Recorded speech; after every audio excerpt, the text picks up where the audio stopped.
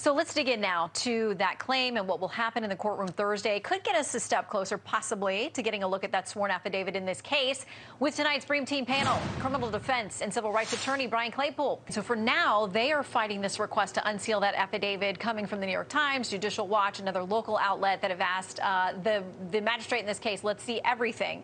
Over at Salon, they write this piece. They say Trump is giving the FBI the January 6th treatment. They say, as with the warrant release, the only purpose of releasing an unredacted affidavit would be to expose the identities of people who have provided evidence against Trump.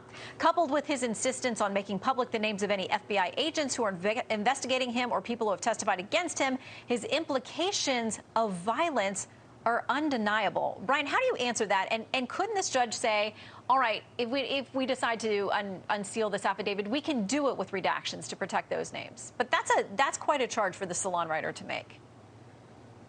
Yeah, it is, Shannon. Great to be back with you, and congratulations on your new show. Look, whether you like President Trump or not, this is reprehensible what the DOJ is doing, and it's un-American. This is a flat-out ruse, Shannon. They are using, for example, a law. You've probably taken a look at it, right? They've used the 1917 Federal Espionage Act. Are you kidding me? That was promulgated during World War I.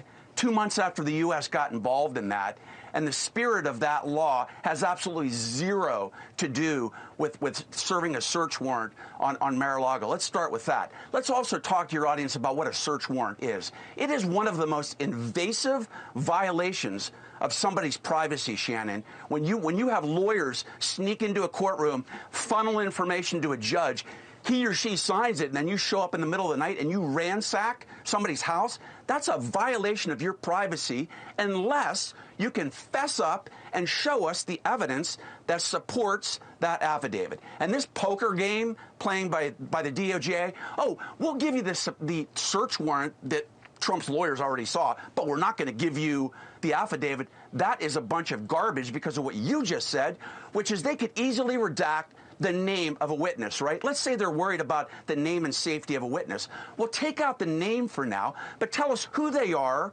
what they were doing in Trump's residence, and what's the basis for their statements they've made in their affidavit. They could easily do that, and this magistrate has a duty on Thursday to weigh this. He has to weigh the public interest. The country wants to see this. He has to weigh that versus does it compromise an investigation? Well, guess what, Shannon? In my opinion, the investigation's over. They have all the documents they want. They have it. Is national security a risk? Well, let me see. Nothing's happened in the last 18 months since Trump left office, so that's a bogus reason, too. So this magistrate needs to step up and let us see what's in that affidavit. Well, as we keep saying, we don't know what we don't know, so let's see the affidavit, at least in some redacted form. I think that would be reassuring to the American people who have a lot of questions, and the rest of us as well.